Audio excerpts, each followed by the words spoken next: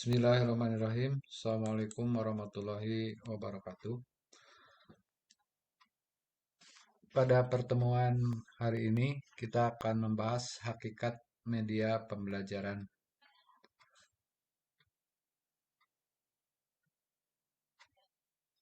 Sebagaimana diketahui bahwa media pembelajaran sudah digunakan sejak dulu, sejak adanya manusia. Bahkan yang pertama kali dijadikan sebagai media pembelajaran itu adalah media yang tersedia di alam, yaitu berupa binatang. Kalau melihat kisah dari Habil dan Hobil, ketika Hobil itu harus menguburkan saudaranya yang dibunuh, maka Allah mengutus burung elang untuk menjadi media pembelajaran bagi Habil menguburkan Habil dengan cara mencakar tanah dan menguburkan eh, bangkai yang dibawa oleh burung tersebut. Nah, itu merupakan media yang digunakan sejak dulu ya, untuk melaksanakan proses pembelajaran. Intinya, media digunakan sejak dulu dalam pembelajaran. Kemudian, media pembelajaran, maksudnya media pembelajaran pendidikan, ini bukan hanya sesuatu yang konkret, yang dapat dilihat. Nah, tetapi juga yang tidak dapat dilihat. Sesuatu yang dapat dilihat atau yang konkret itu bukan hanya dilihat, maksudnya adalah sesuatu yang dapat diindra oleh manusia, baik dilihat, didengar, diraba, nah, itu yang sifatnya konkret dan kita istilahkan dengan hardware atau perangkat keras. Ada juga media pembelajaran yang sifatnya eh, lembut, lunak. Nah, perangkat lunak atau software ini juga termasuk kategori media pembelajaran. Jadi dari aspek konkret dan tidak konkretnya, kita mengklasifikasi pada hardware dan software, perangkat keras dan perangkat lunak. Jadi media-media pembelajaran yang dapat diindra dan media pembelajaran yang tidak dapat diindra oleh manusia. Tetapi ya tentunya software ini ada, ya, bukan berarti tidak ada. Hanya adanya itu ya terikat oleh hardware. Kita misalkan adanya Microsoft Office dalam perangkat komputer atau eh, HP kita diinstal dengan software-software ya, perangkat-perangkat lunak sehingga dapat difungsikan sebagaimana mestinya. Media pembelajaran juga di eh, dapat dilihat di alam semesta ini. Artinya bahwa media pembelajaran bukan hanya yang dibuat, tetapi ada juga yang tersedia, tersaji. Sehingga dari kategori ini kita bisa memahami ada media-media pembelajaran yang tersedia di alam dan ada media-media pembelajaran yang memang dibuat untuk disengaja dijadikan media pembelajaran dan disesuaikan dengan tujuan pembelajarannya. Jadi media pembelajaran dari aspek ini ada media pembelajaran yang alami yang sudah tersedia di alam semesta, ada juga media pembelajaran yang sengaja dibuat untuk proses pembelajaran. Segala sesuatu yang ada di alam, misalnya saja binatang, tumbuhan, kemudian eh, manusia itu sendiri, itu bisa dijadikan sebagai media pembelajaran. Tinggal nanti menyesuaikan media tersebut dengan tujuan yang ingin dicapai oleh guru dalam mata pelajaran yang diampunya. Kita ambil contoh media yang ada di alam, misalnya sebuah pohon yang ditebang, kemudian kita melihat dari sisa tebangan itu di kayunya itu ada lingkaran-lingkaran. Dari tengahnya itu ada jatinya atau ada eh, pokok. Ya. Dia nanti ada lingkaran-lingkaran, di mana lingkaran-lingkaran itu bisa menjadi media pembelajaran untuk mengetahui berbagai hal. Misalnya tentang curah hujan, tentang usia dari pohon tersebut. Demikian juga dengan ikan misalnya. ikan sebagai hewan itu bisa dijadikan media pembelajaran ketika kita mencoba untuk memotong, misalnya memotong ikan yang besar, itu bisa diketahui berapa umur ikan tersebut, kemudian bagaimana eh, makanan yang dia makan. Nah, itu eh, teridentifikasi dari daging, dari berapa lapis dagingnya itu menunjukkan umurnya, kemudian juga tebal tipisnya berarti menunjukkan bagaimana dia mengkonsumsi ya, banyak sedikitnya apa makanan ya di yang tersedia untuk ikan tersebut. Jadi baik di alam semesta ini maupun yang dibuat oleh guru secara khusus itu dapat dijadikan sebagai media pembelajaran. Sehingga di sini disebutkan bahwa segala sesuatu yang ada di alam semesta dapat dijadikan media pembelajaran. Kemudian dalam konsep kita secara hakiki bahwa media bukan sekedar sebagai alat bantu, melainkan dipandang sebagai komponen penting dalam pembelajaran. Jadi posisi media pembelajaran ini tidak hanya sebagai alat bantu, ini dipandang sebagai komponen penting. Kenapa? Karena ketika kita menerapkan model analisis sistem, ya, dalam analisis sistem itu segala hal yang terlibat di dalam satu kegiatan, misalnya saya dalam proses pembelajaran, itu semuanya tidak ada yang sampingan, melainkan semuanya adalah komponen-komponen penting. Nah, dalam hal ini, media pembelajaran ya, sebagai perantara antara guru dengan peserta didik ketika menyampaikan sebuah informasi atau sebagai pembelajaran, maka komponen media pembelajaran ini sangat penting untuk dipilih, untuk digunakan, untuk dimanfaatkan oleh guru. Karena tanpa media pembelajaran, guru tidak akan melaksanakan pembelajaran secara optimal. Ada beberapa hal yang melatar belakangi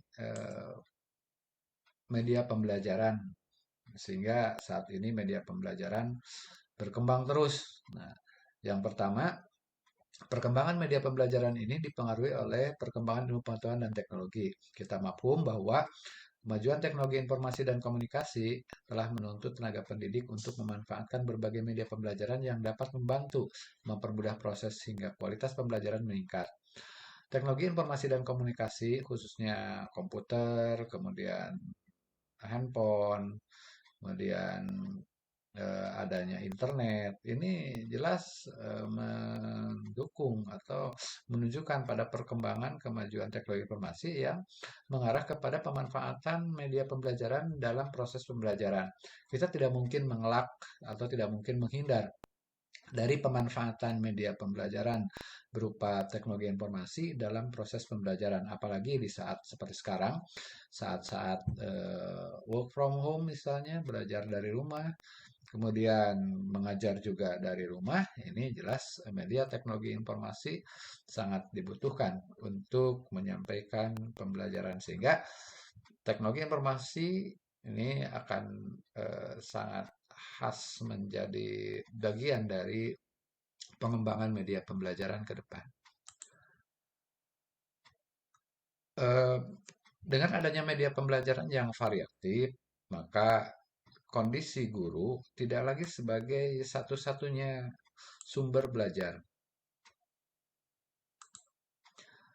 Jadi, guru tidak lagi sebagai satu-satunya sumber belajar, sebagai satu-satunya sumber informasi dalam pembelajaran, karena peserta didik dapat memperoleh informasi dari berbagai sumber, dari berbagai media pembelajaran, dari berbagai sumber yang saat ini dapat diperoleh secara mudah, misalnya di internet atau di eh, buku, maka guru tidak lagi sebagai satu-satunya sumber informasi. Nah, media pembelajaran ini kemudian diposisikan juga sebagai sumber belajar. Artinya ada media-media pembelajaran yang multifungsinya. Jadi bukan hanya sebagai media, tapi media itu juga berfungsi sebagai sumber.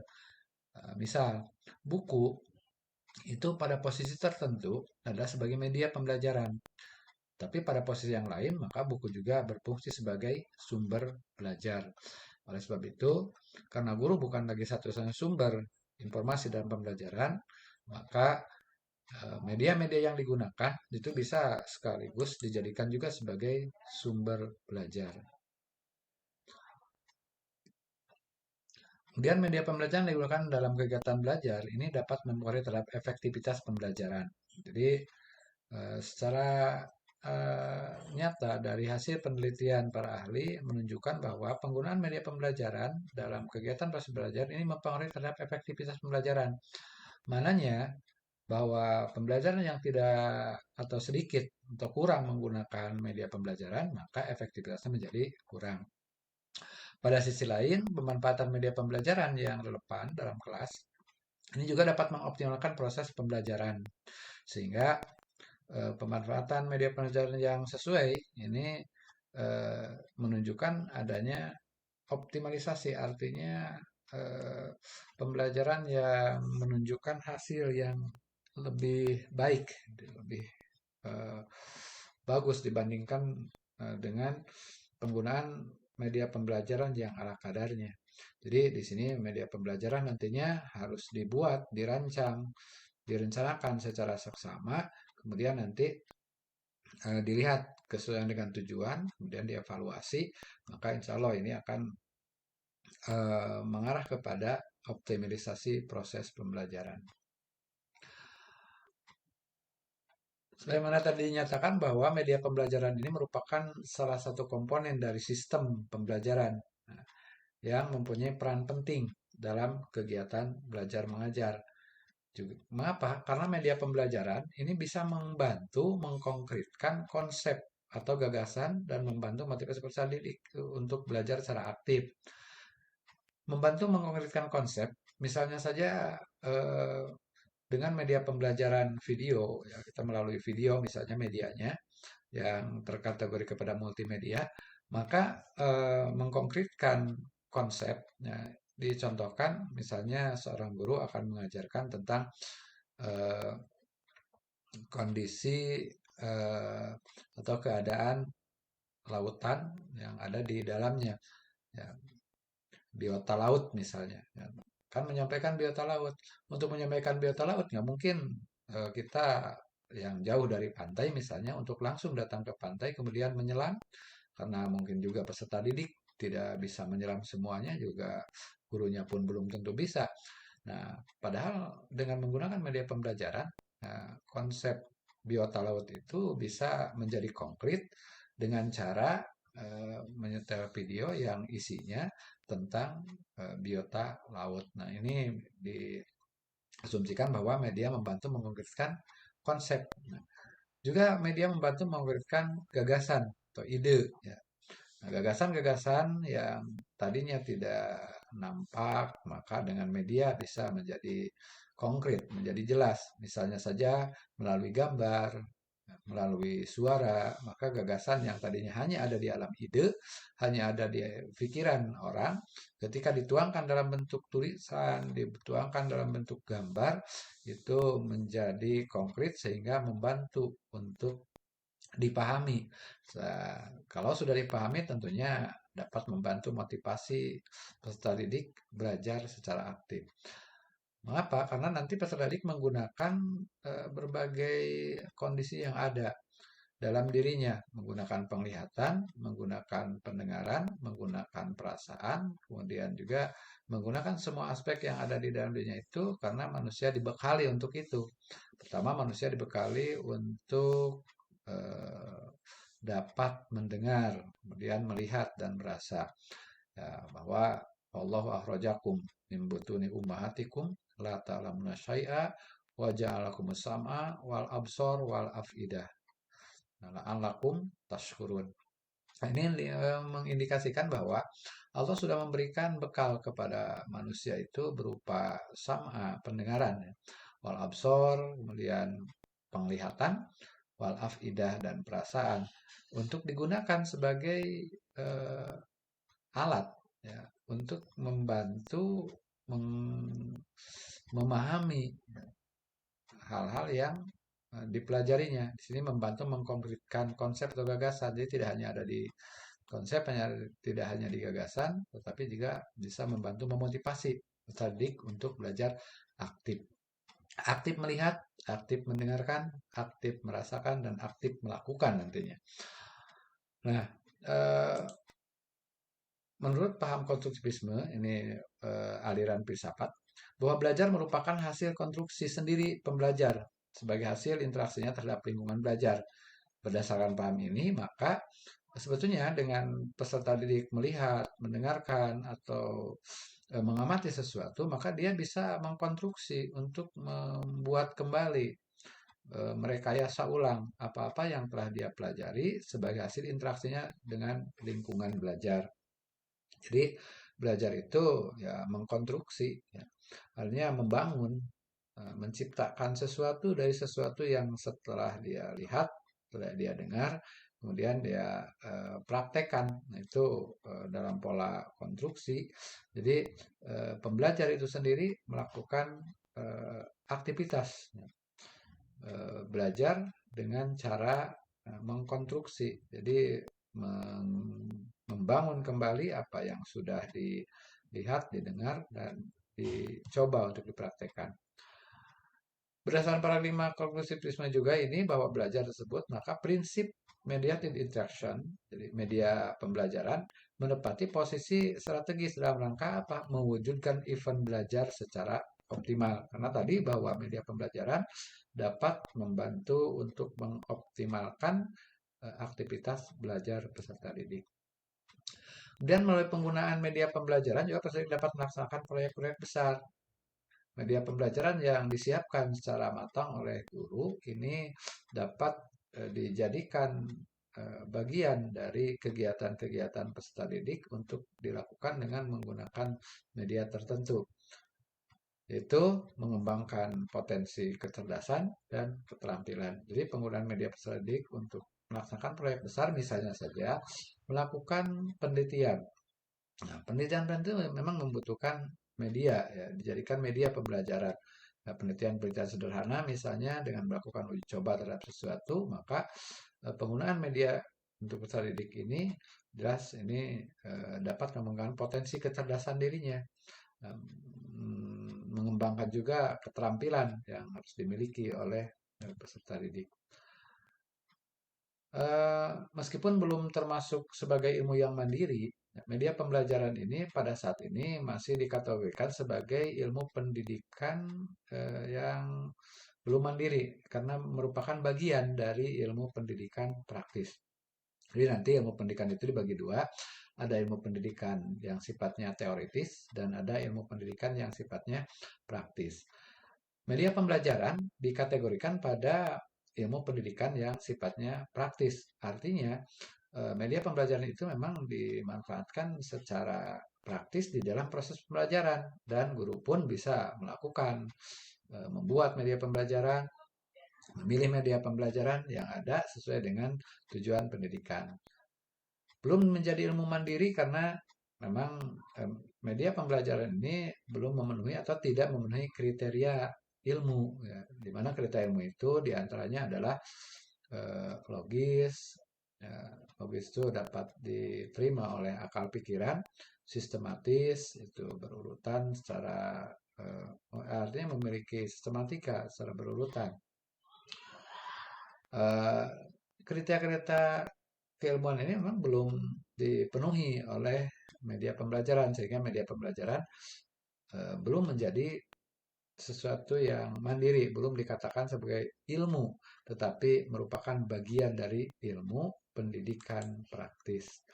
Nah, dalam proses komunikasi, media pembelajaran itu tadi menjadi perantara, ya. Sebab pendidikan itu pada dasarnya adalah proses komunikasi. Jadi guru mengkomunikasikan bahan ajar kepada peserta didik. Nah, sementara peserta didik adalah sebagai penerima informasi. Nah, yang komunikasi itu ada 3 unsur sekurang-kurangnya. Yang pertama adalah komunikator, yaitu orang yang mengkomunikasikan. Dalam hal ini adalah guru dalam melaksanakan proses pembelajaran. Kemudian ada komunikan, yaitu dalam hal ini adalah peserta didik sebagai orang yang eh, menerima informasi dari guru, dan tentunya informasi yang disampaikan dari guru kepada peserta didik itu membutuhkan media, membutuhkan perantara. Maka perantara itu yang kita sebut dengan media pembelajaran atau media komunikasi.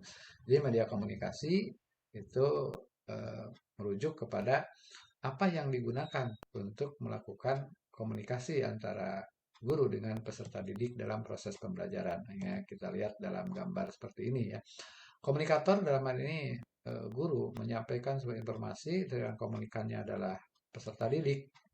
Nah, dalam sebuah interaksi proses belajar mengajar, maka mau tidak mau untuk sampainya interaksi yang baik membutuhkan media.